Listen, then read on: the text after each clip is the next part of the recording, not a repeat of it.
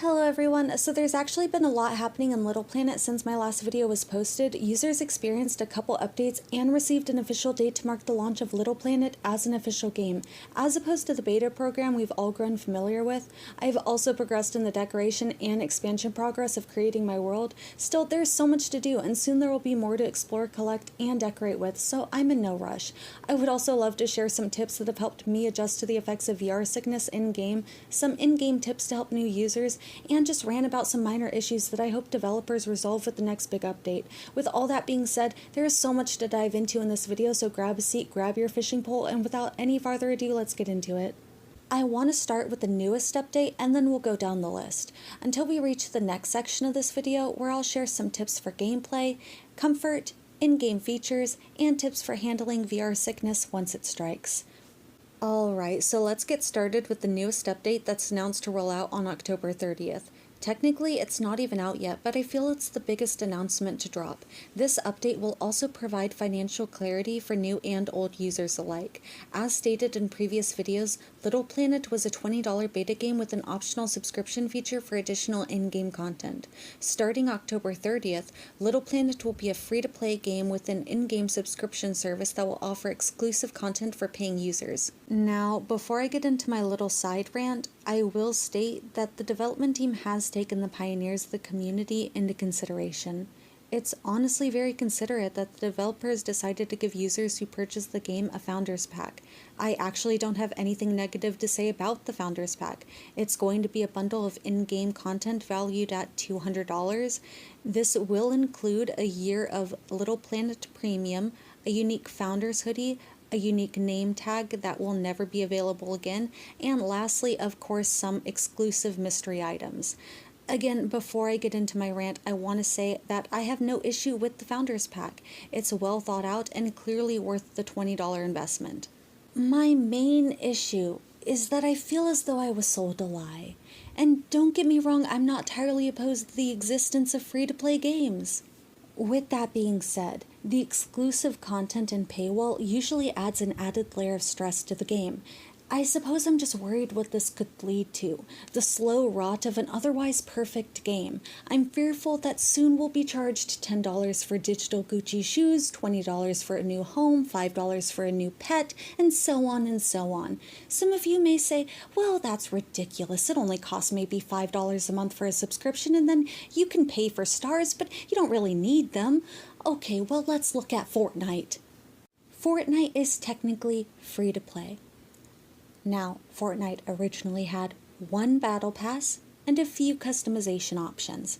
Now, Fortnite has 3 or 4 battle passes with cars, shoes, song tracks, and all the other shit you could buy before they added all this new shit you can buy. Still, none of this is needed, right? Just point and shoot. Okay, fair enough.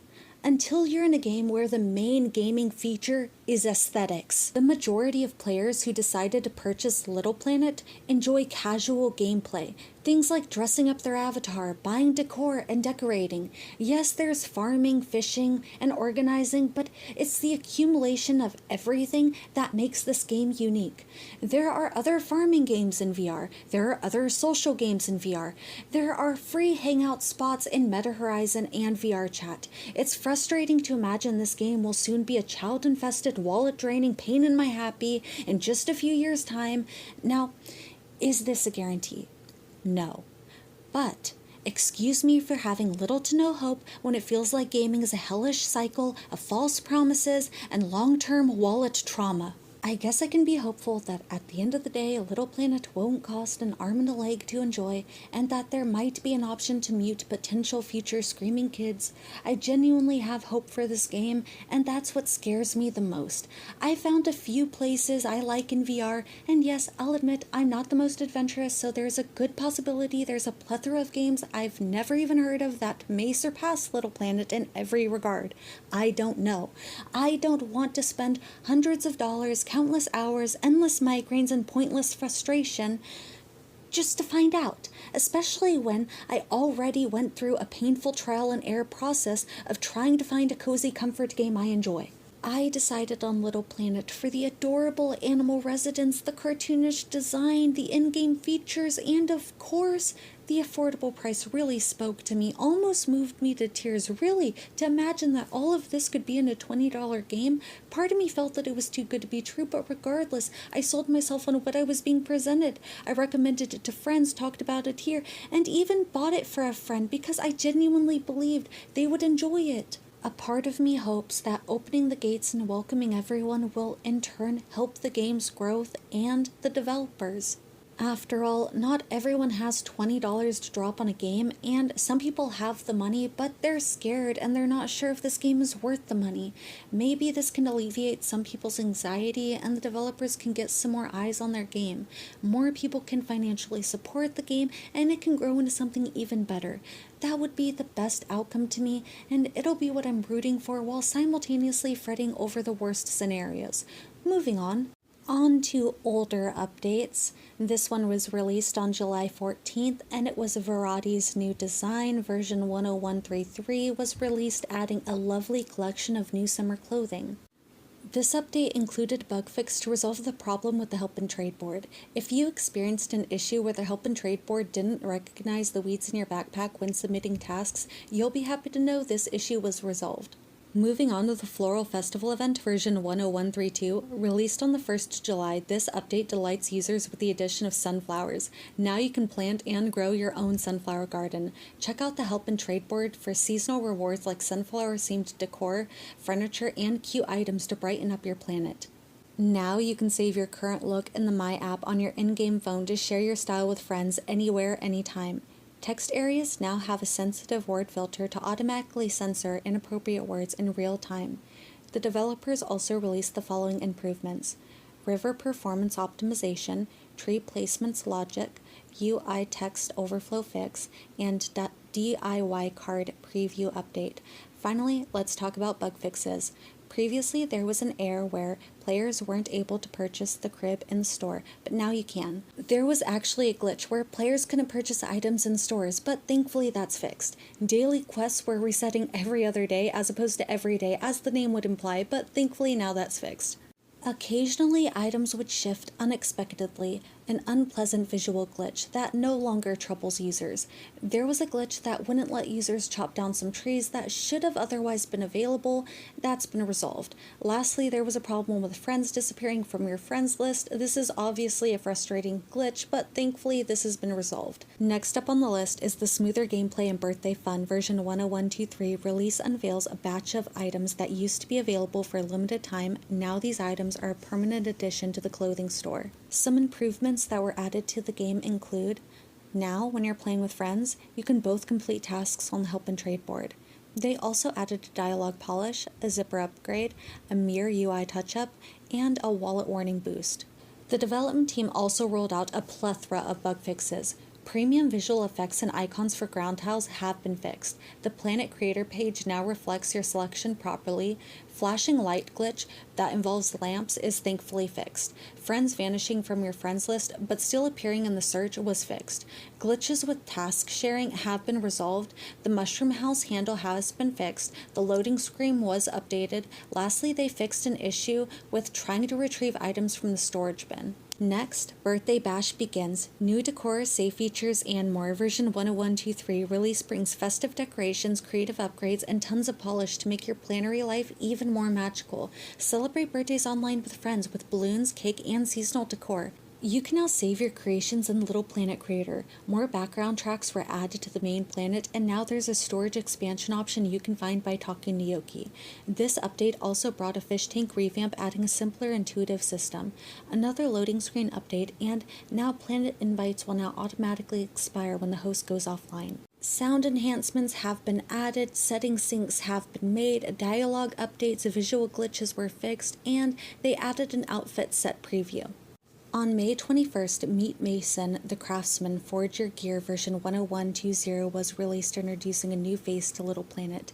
If you haven't met Mason yet, you will soon. He's a chill craftsman who travels to your planet to help you upgrade your tools and gear.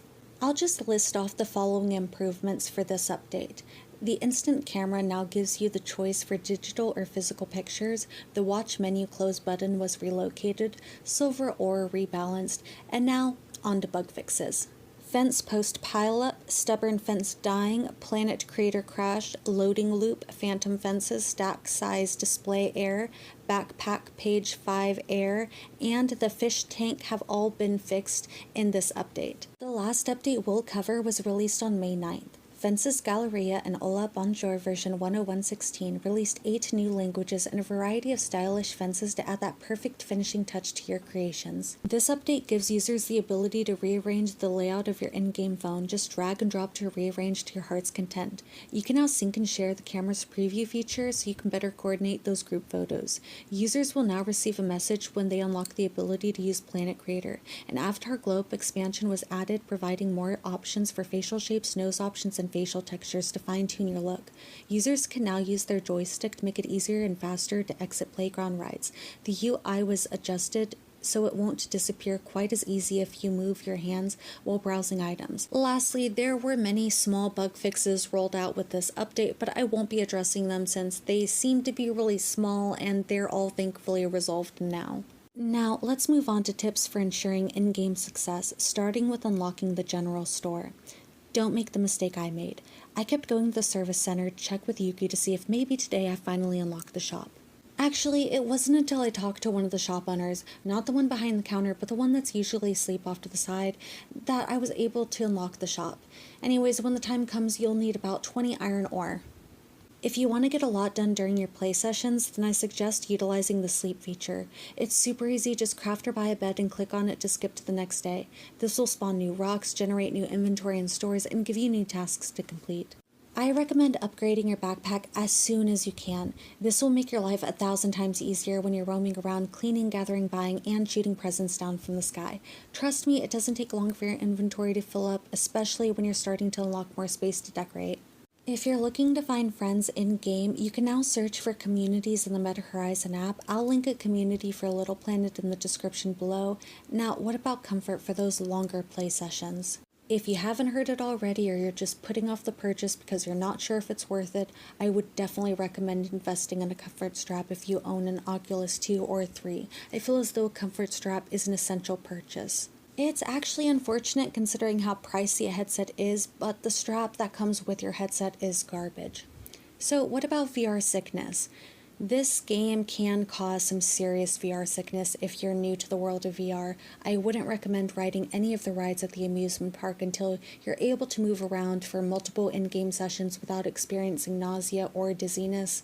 Even then, there isn't any guarantee you won't get sick, but at least they made the process for exiting the rides a lot easier. The in-game movement feels a lot like you're walking with tunnel vision. For anyone who's jumped into a world on Metaverse, you definitely know the feeling. I will say that eventually your body will adjust to this, and it will just become a reality that this is how you move when you're in-game. In time, it won't feel weird, it won't make you feel sick, and it will just become second nature. Until then, it is a painful process to adjust. The best advice I could give for anyone trying to get over this hurdle is just eyes forward. Sounds simple, but it can be difficult. Individuals who grew up with car sickness may relate with the advice, as you may have heard a similar saying. My uncle told me when I was younger to focus on the horizon, keep my eyes forward and don't look at anything passing by, just keep your eyes straight. In game, the same rules apply. Move from point A to point B and don't look around until you reach your destination. Eventually this will be second nature and you won't even have to think about it. Hopefully this can help prevent VR sickness, but if you do experience the symptoms, take off your headset, close your eyes, and start some deep breathing exercises. I noticed that VR sickness feels very similar to a panic attack. The quickest way to get this to go away is just to breathe. Keep in mind, if you're new to VR, it's perfectly normal to start with 10 to 15 minute play sessions. The longer you push yourself, the more likely it is that you'll feel sick. Alright, well, I hope you enjoyed the video and maybe some of it was informative. Thank you so much for watching and maybe I'll see you online.